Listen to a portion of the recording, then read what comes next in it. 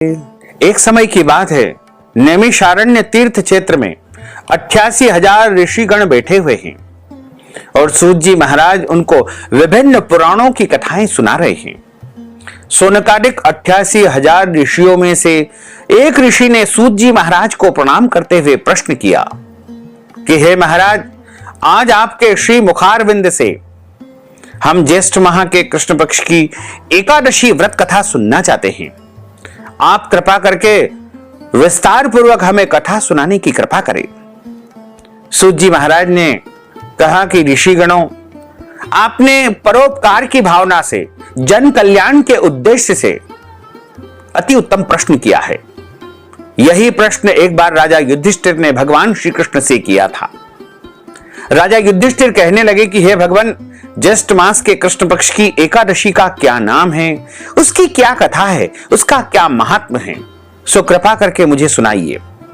भगवान श्री कृष्ण कहने लगे कि हे राजन, इस एकादशी को अचला एकादशी, अपरा एकादशी दोनों नामों से जाना जाता है।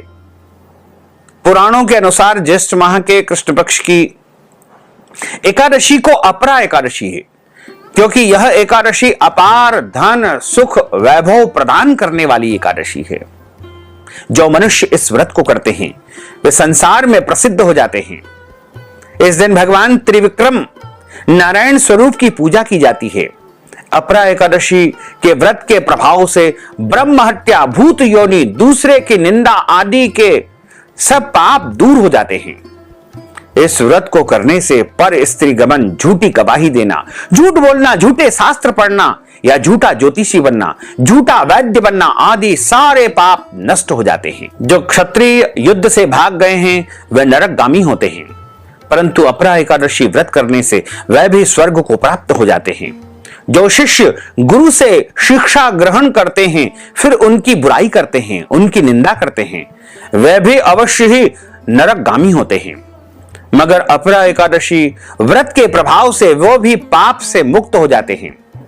जो फल तीनों पुष्कर में कार्तिक पूर्णिमा को स्नान करने से या गंगा जी के तट पर पितरों का पिंडदान करने से प्राप्त होता है, वही फल अपरा एकादशी का व्रत करने से मनुष्य को सहज ही प्राप्त हो जाता है।